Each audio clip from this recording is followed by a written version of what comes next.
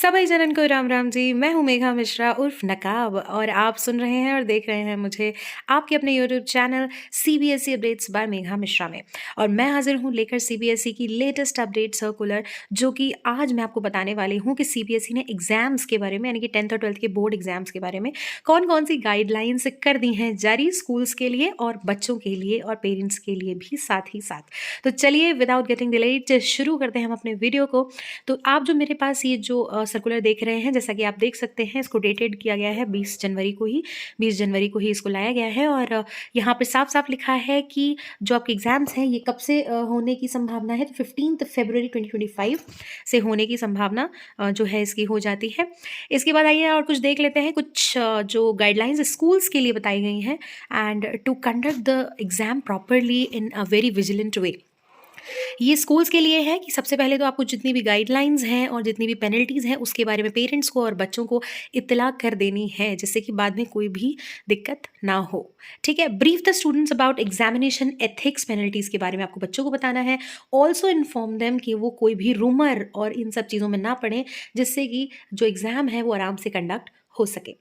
Next है brief the parents को आपको एग्जामिनेशन एथिक्स और पेनल्टीज़ के बारे में बता देना, जिससे कि बाद में वो कोई भी प्रॉब्लम जो है वो खड़ी ना करें एग्ज़ाम के प्रॉपर कंडक्शन में। और डेट ऑफ और डे जो है एग्जामिनेशन का वो आपको भी अपने स्कूल्स में बता देना है, सो दैट बाद में कोई भी मेस ना क्रिएट हो। कुछ और नियम जो इस बार नए जुड़े हैं, क्या क्या जुड़े हैं वो भी हम एक बार देख लेते हैं। देखिए, सबसे पहले जो एक सीसीटीवी पॉलिसी है उसको एक बार हम पढ़ लेते हैं, जो कि स्कूल्स के लिए, अगेन ये स्कूल्स के लिए है। सीसीटीवी पॉलिसीज़ के अंदर एग्जामिनेशन रूम्स या हॉल्स जितने भी होंगे उन सब में सीसीटीवी होना अति आवश्यक है। और जो एक स्कूल होगा इक्विप्ड विद सीसीटीवी, जो सीसीटीवी का जो मैनेज करेंगे वो असिस्टेंट सुपरिटेंडेंट करेंगे सीसीटीवी मॉनिटरिंग। और ये हर एग्जामिनेशन सेंटर पे अलग अलग अपॉइंट किए जाएंगे। अब आ जाते हैं एक नए रूल को जिसको ऐड किया गया है, act of unfair means.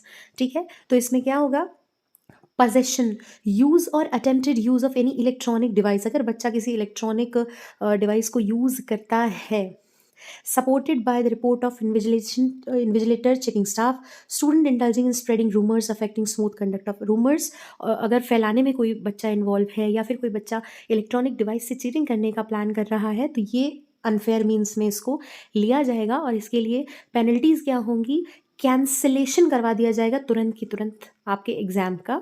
And shall eligible to write after the examination full subjects thereafter, उसके बाद आपको कंपार्टमेंट देना पड़ेगा नेक्स्ट ईयर एग्जाम में।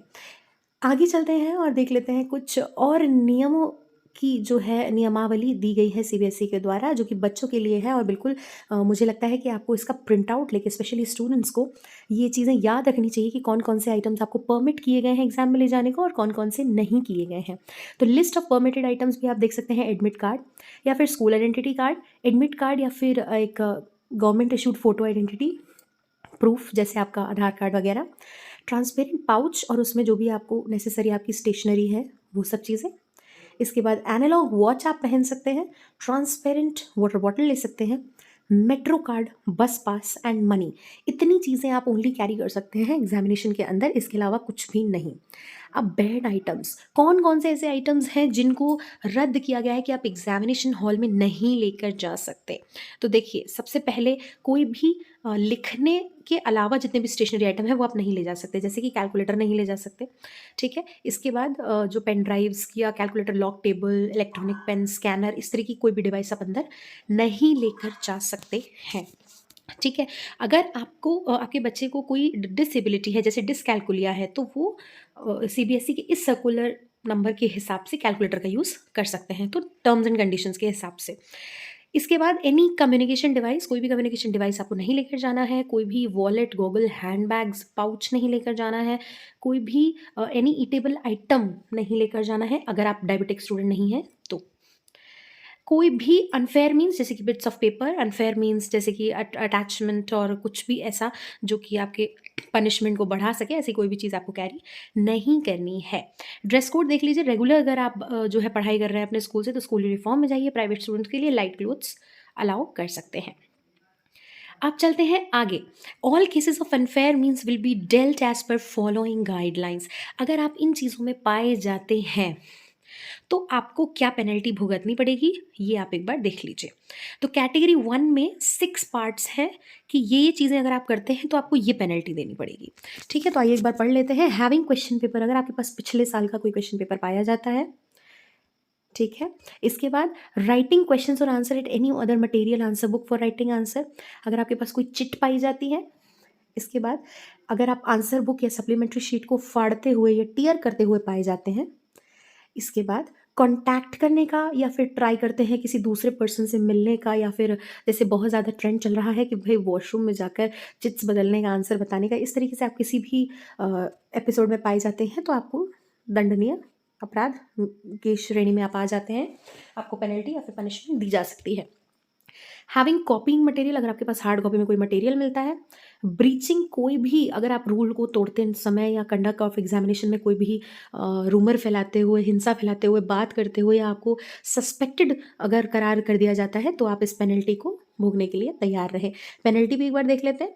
कैंसिलेशन हो सकता है आपके एग्जाम का, ठीक है, और आपको कंपार्टमेंट में आपको फिर एग्ज़ाम देना पड़ेगा। बट अगर आपके खिलाफ कोई प्रूफ नहीं मिला तो आपको उसके पार्ट पे बेनिफिट ऑफ डाउट भी मिल सकता है, ठीक है। कैटेगरी 2 में हम देख लेते हैं एफिक्सिंग और अपलोडिंग फोटो, फैब्रिकेटेड फोटो, अगर आपका एडमिट कार्ड का जो फोटो है और जो आपका आधार कार्ड है वो आपका सेम फोटो नहीं हुआ, इन दैट कैटेगरी अगर आप पढ़ते हैं। इसके बाद इन्फॉर्मेशन प्रिंटेड जो आपकी आंसर बुक पर है और जो एडमिट कार्ड पर है, वो अगर आपने इरेज करने का ट्राई किया या कुछ भी प्रिंटेड होकर उसमें आया, या एडमिट कार्ड और आपकी आंसर शीट की जो इन्फॉर्मेशन है वो मैच नहीं हुई, तो इन दैट केस आपको क्या पेनल्टी मिलेगी वो भी आइए देख लेते हैं। इसके बाद है 2.3 प्रोवाइडिंग रॉन्ग इन्फॉर्मेशन, अगर आपने अपने अलावा कुछ दूसरा, किसी दूसरे बच्चे का नाम लिख के ये किया, this is also a punishable offence. उसके बाद कॉपीइंग मटेरियल आपके पास नहीं होना चाहिए, आप दूसरे बच्चे से कम्युनिकेट करने का प्रयास ना करें। इसके बाद किसी दूसरे बच्चे को हेल्प करने का प्रयास भी ना करें, ठीक, डायरेक्टली और इनडायरेक्टली कैसे भी, और दूसरे बच्चों से मदद लेने का ट्राई भी ना करें। तो ऐसे केसेस में आपको क्या सज़ा मिलेगी, वही होगा कि भाई आपका जो एग्ज़ाम है वो कैंसिल कर दिया जाएगा और फिर आपको नेक्स्ट ईयर एग्ज़ाम देने दिया जाएगा। आइए थर्ड कैटेगरी में भी देख लेते हैं। कुछ लगभग 5 कैटेगरीज बताई गई हैं और मैं आपको थर्ड कैटेगरी भी बता देती हूँ इसमें कि थर्ड कैटेगरी में कौन कौन से ऑफेंसेस आपको बताए गए हैं। अगर आप आंसर बुक को बाहर लेकर जाते हैं, ठीक है, क्वेश्चन पेपर को बाहर लेके जाते हैं, आंसर बुक या सप्लीमेंट्री आंसर शीट्स को बाहर लेकर जाते हैं, अदरवाइज अगर किसी इलेक्ट्रॉनिक डिवाइस का आपके पास यूज़, कम्युनिकेशन डिवाइस का अगर आप पकड़े जाते हैं तो भी आपका पेपर जो है वो कैंसिल कर दिया जाएगा। एब्यूजिव लैंग्वेज का यूज़ मत करिए, वॉयलेंस में इंक्लूड मत होइएगा, और साथ ही साथ एंट्री एग्जिट जो है समय से पहले कर लीजिए, सो दैट आपको बाद में प्लीज़ प्लीज़ प्लीज़ या फिर किसी भी वॉयलेंस का हेल्प ना लेना पड़े अपनी एंट्री कराने के लिए। तो अगर आप ऐसा करते हैं तो भी आपका पेपर कैंसिल कर दिया जाएगा। कैटेगरी 4 में अगर हम देखें तो कैटेगरी 4 में आप देख सकते हैं paying, placing, making someone else to write examination, आप अपना एग्ज़ाम अगर किसी और से लिखवाते हुए पकड़े जाते हैं। अपलोडिंग या sharing any examination related material, अगर आप किसी दूसरे से कोई मटेरियल शेयर करते हैं, ठीक है। इसके बाद अप्रोचिंग एनी अथॉरिटी, अगर आप जान पहचान बनाकर और जो है चीटिंग करने का प्रयास करते हैं या सोर्स लगाना जिसको कहते हैं वो करते हैं। टेकिंग एनी लीगल कोर्स और any means to influence CBSE for gaining advantage, या फिर आप किसी पॉलिटिशियन या इस तरीके किसी लीगल अथॉरिटी का यूज़ करके सीबीएसई को फोर्स करते हैं कि वो आपके एडवांटेज में काम करे, तो ऐसे में भी आपका जो एग्ज़ाम है वो कैंसिल कर दिया जाएगा। लास्ट कैटेगरी में भी एक बार देख लेते हैं हम, इसमें आपका जो पेनल्टी है वो कैंसिलेशन नहीं है, क्या है वो एक बार देख लेते हैं। Using obscene derogatory language in the answer book, है ना, तो अगर आप कुछ अजीब सी लैंग्वेज यूज़ कर रहे हैं आंसर बुक में। फिर थ्रेटनिंग लैंग्वेज, अगर आप डरावनी सी लैंग्वेज जो है वो यूज़ कर रहे हैं आंसर बुक में। इसके बाद आपकी जो लैंग्वेज है वो सही नहीं है।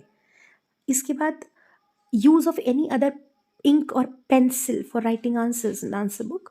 Having enclose attach currency note, अगर आपने पैसों को या फिर नोट्स को उसमें जोड़ कर रखा, उसके बाद आपको क्या पेनल्टी लेनी पड़ेगी। काउंसलिंग बाय यूएफएम कमेटी, आपको कमेटी बैठाई जाएगी जिसमें आपको ऐसी लैंग्वेजेस को यूज़ करने से जो है मना किया जाएगा, और करेंसी नोट्स वगैरह जितने भी होंगे वो सब आपकी बोर्ड अकाउंट में ज्वाइन कर दिए जाएंगे। तो ये रही सारी पेनल्टीज़ और जितने भी रूल्स थे वो मैंने आपको सारे समझाए schools, teachers as well as students के लिए। होपफुल ये आपको वीडियो अच्छा लगा हो तो शेयर, लाइक और सब्सक्राइब करना मत भूलिएगा। मैं मिलूँगी आपको नेक्स्ट वीडियो में, तब तक के लिए राधे राधे जी।